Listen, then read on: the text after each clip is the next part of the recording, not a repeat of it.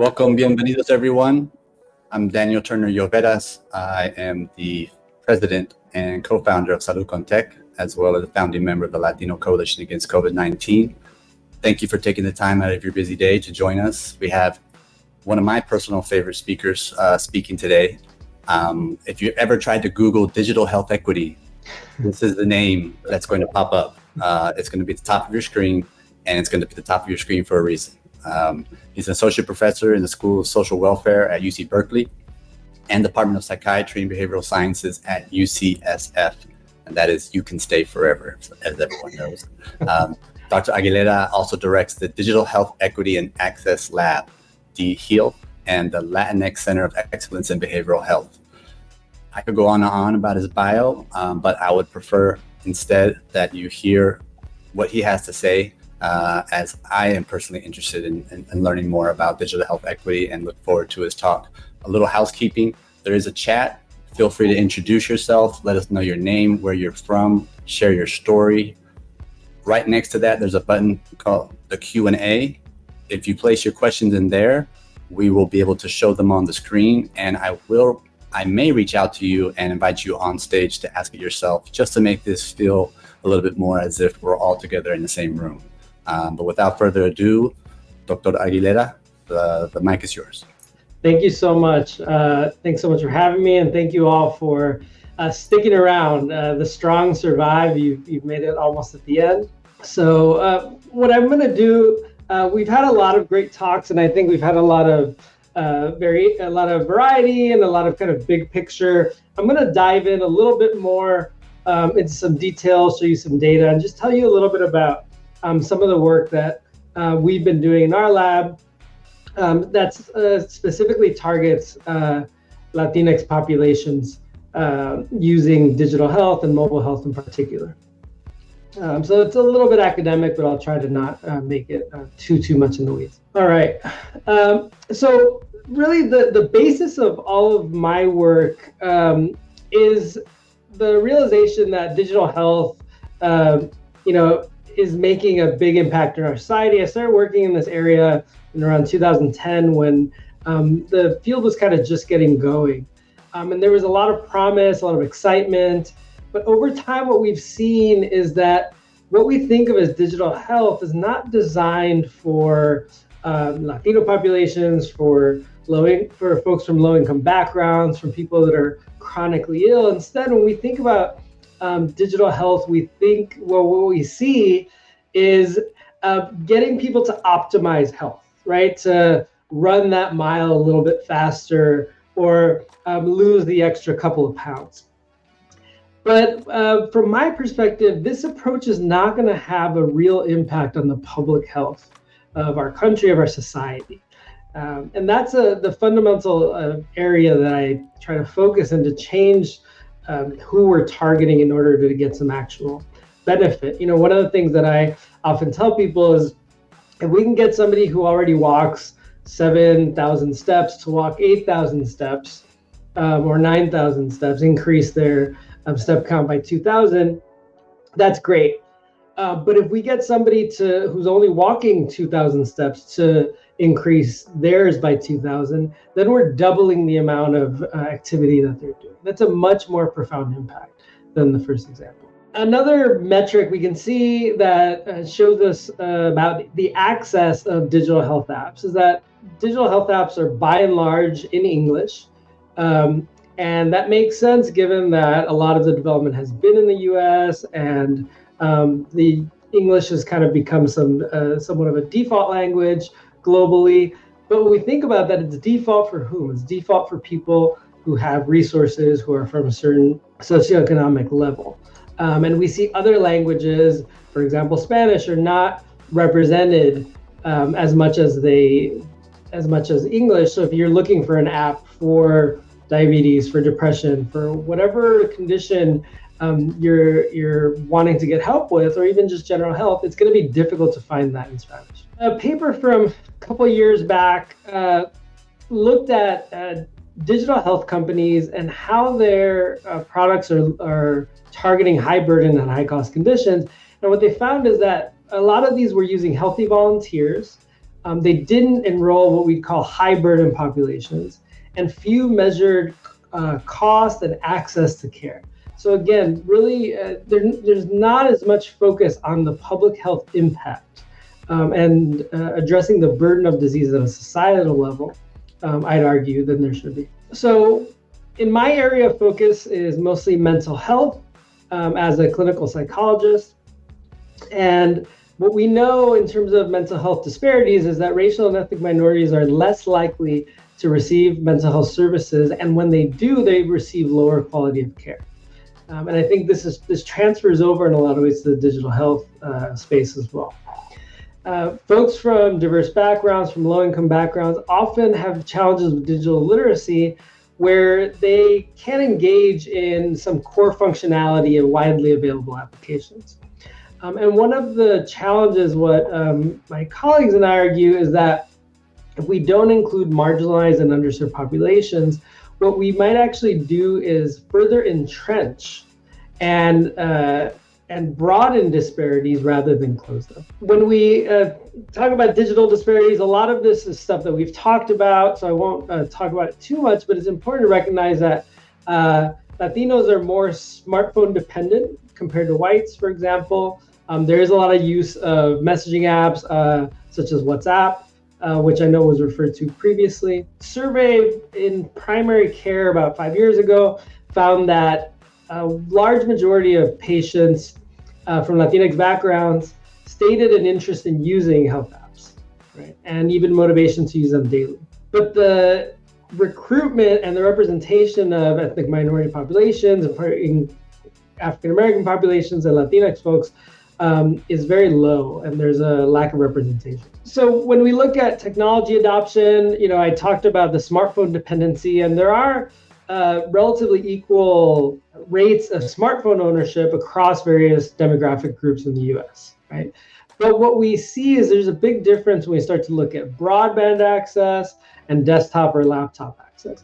And what that means is that we need to think about how our tools are requiring, let's say, the use of data or video when we're thinking about telehealth, and not just the simple fact of having a smartphone does not necessarily mean that somebody is able to use all the features of it. At a recent digital health equity workshop put together by the National Academies of Sciences, Engineering, and Medicine, a couple of key points from that meeting came out that I'd like to point out and hopefully emphasize throughout my talk, but really focusing on technology as being really about people and going back to the foundation of placing people first and not the technology first.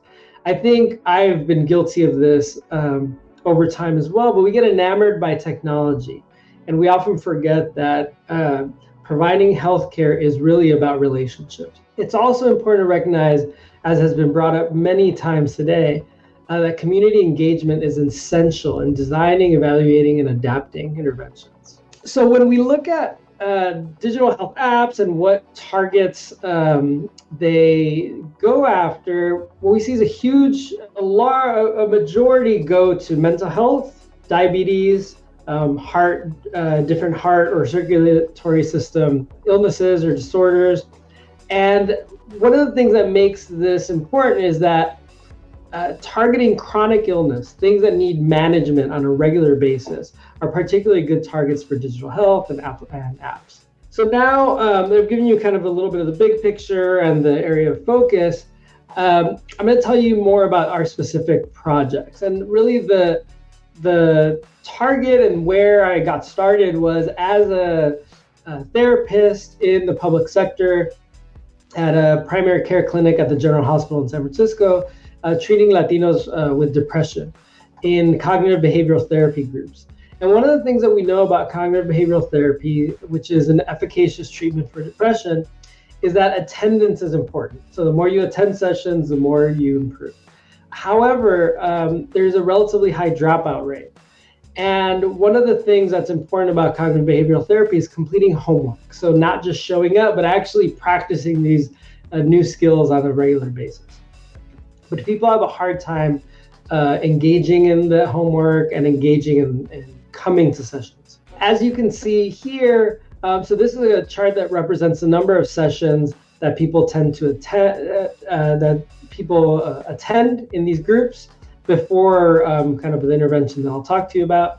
This is a 16-week program. It's kind of like a class. So what we would expect is that there'd be a large bar up at number 16, but instead we see that most people drop out around session 2 or 3. And so what we wanted to do is leverage text messaging to improve treatment quality and engagement. And so why text? It's been nice to hear about the various examples of folks using text messaging. It's often been called the workhorse of mHealth or digital health. It's widely accessible, there's high engagement rates, and what we also have found is a greater sense of personal connection, which hopefully you'll hear a little bit about in a sec. So we did a project where we looked at text messaging as an adjunct, so as a companion, kind of a compañero almost idea to cognitive behavioral therapy for depression. As I mentioned, this is a 16-week program. What we did is we compared standard group cognitive behavioral therapy with the same group therapy plus text messaging. This is an overview of kind of the patient characteristics for the study, and I just highlight some of the key characteristics. As the average age was 52, so not necessarily folks that are super tech savvy. Most had less than a high school education.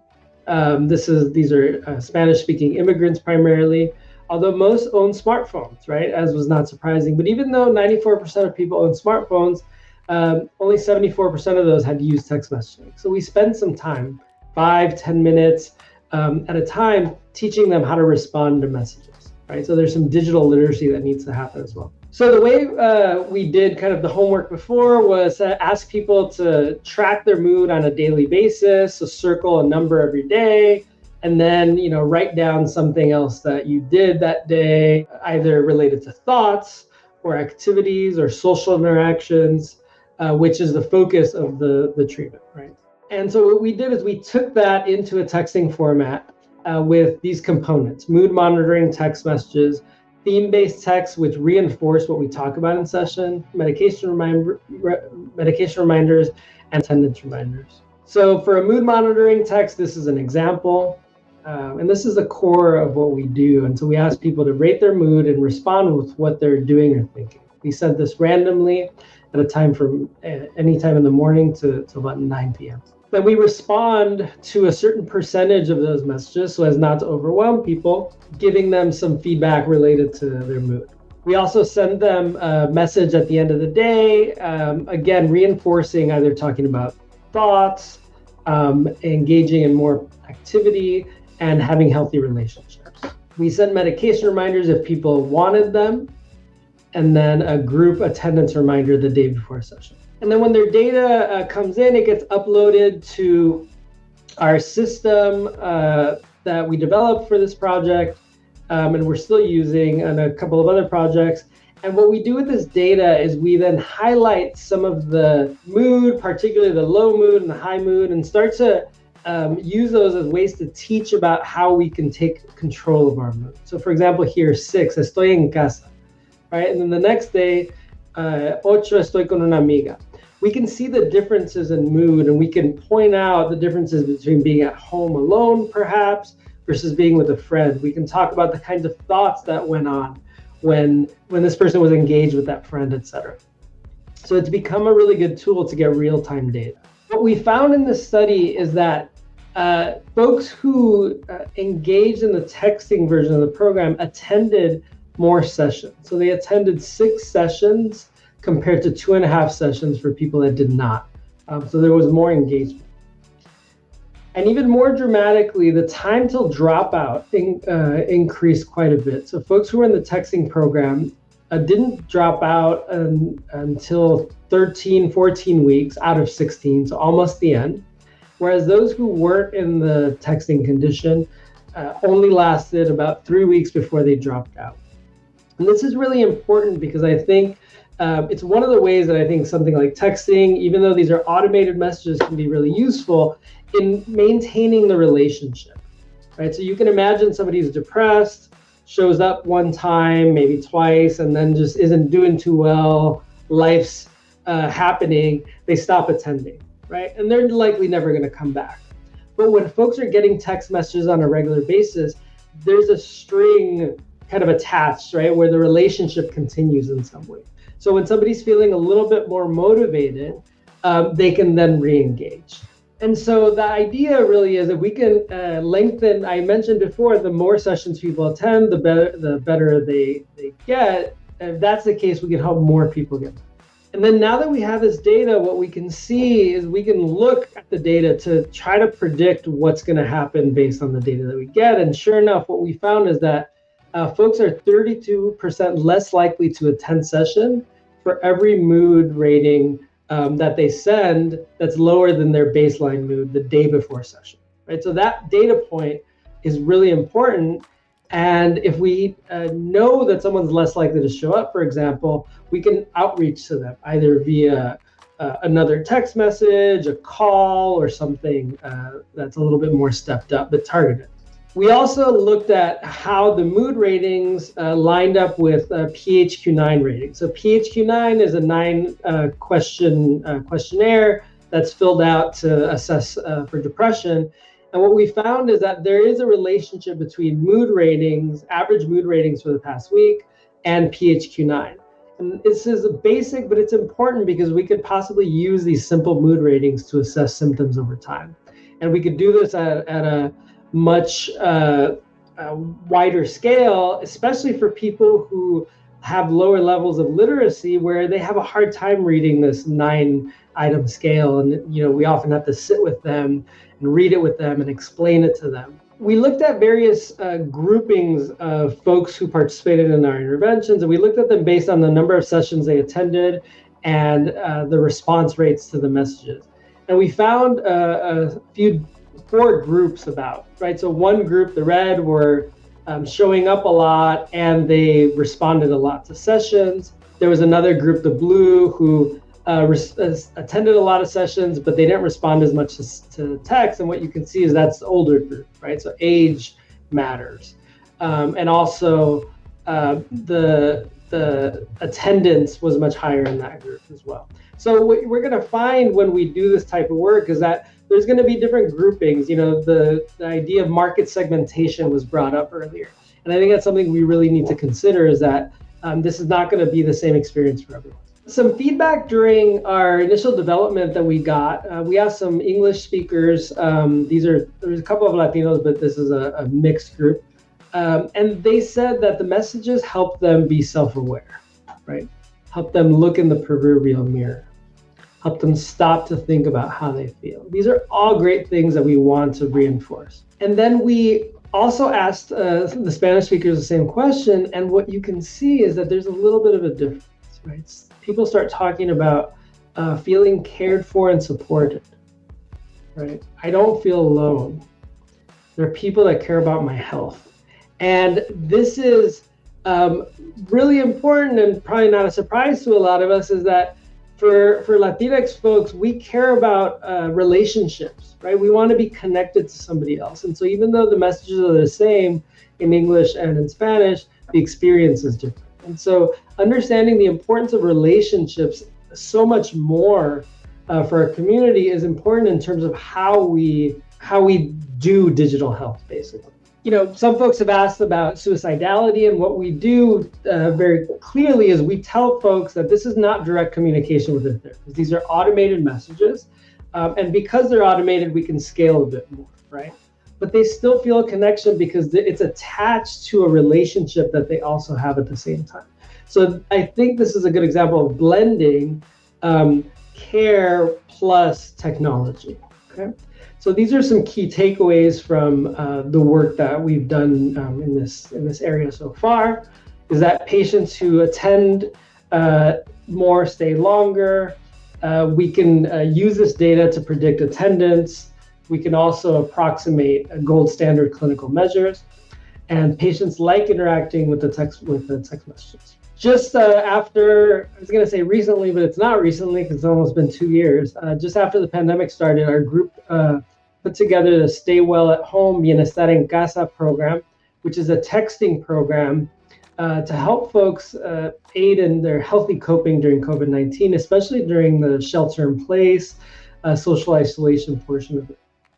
And so this went out to folks we recruited via social media. We also did some recruiting in the community because social media is really challenging for recruiting Spanish speakers in particular. It's a 60-day program where folks got 2 messages a day. These are some examples of folks of messages that people got, just different types of tips for managing on a day-to-day basis. And we recently published a paper which looked at an initial sample of a couple hundred people and found that there were some improvements in depression symptoms and anxiety symptoms over time. We've done a couple of phases of this project since, and we actually have one that's live right now. And it's been adapted a little bit, right? Whereas before we really focused on what do you do while you're stuck at home. Right now it's different, right? We're kind of engaging in the world, but not, and trying to employ some, healthy, flexible thinking to better cope with these things. All right, and so now I think I'm gonna just stop there to make sure I don't go over, and see if there's any kind of questions. Have a little conversation before we wrap up. Let's see. So Carlos had a question. I don't know if you want to pop in or I could just read it. Yeah, go Bears. And so I think this is really important. I think one of the key differences is that, this work is more difficult, right? It's more difficult. Carlos, do you want to add anything to that? Oh, sure. Yeah. No, I think, thank you. Amazing. Yeah, go Bears. I think, it's one of those things where recruiting for studies can sometimes be so challenging. And oftentimes, there's a desire to have a more representative set, but the mechanics or the mechanisms to bring a more inclusive, set of people, it's very hard. So I'm curious to kind of get a sense from you in terms of were there specific community organizations that you reached out to have a closer knit partnership, or was it still a little bit broad community setting, like, buses and stuff like that? Or how did you approach that? Yeah, so for the first project that I talked the most about, I think the benefit is that we did that within the general hospital primary care clinic system. And so I'm a provider there. And so there's a lot of trust built in, right? It's not quite an FQHC, but it's kind of like being at an FQHC where folks trust their clinic.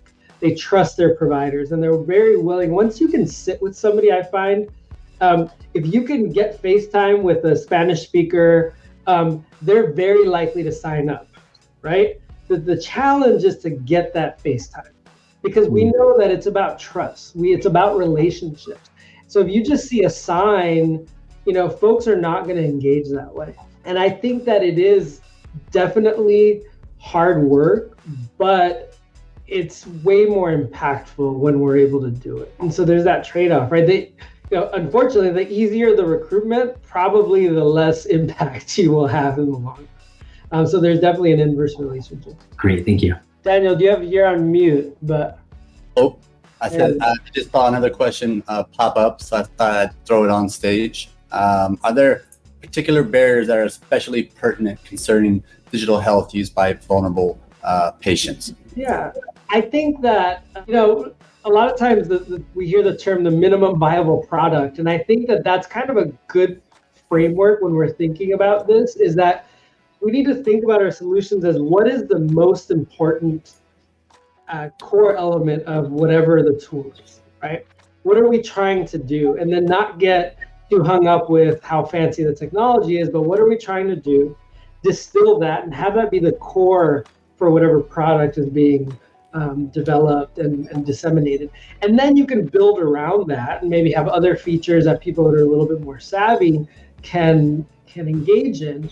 But having a core element, I think, is really, really important.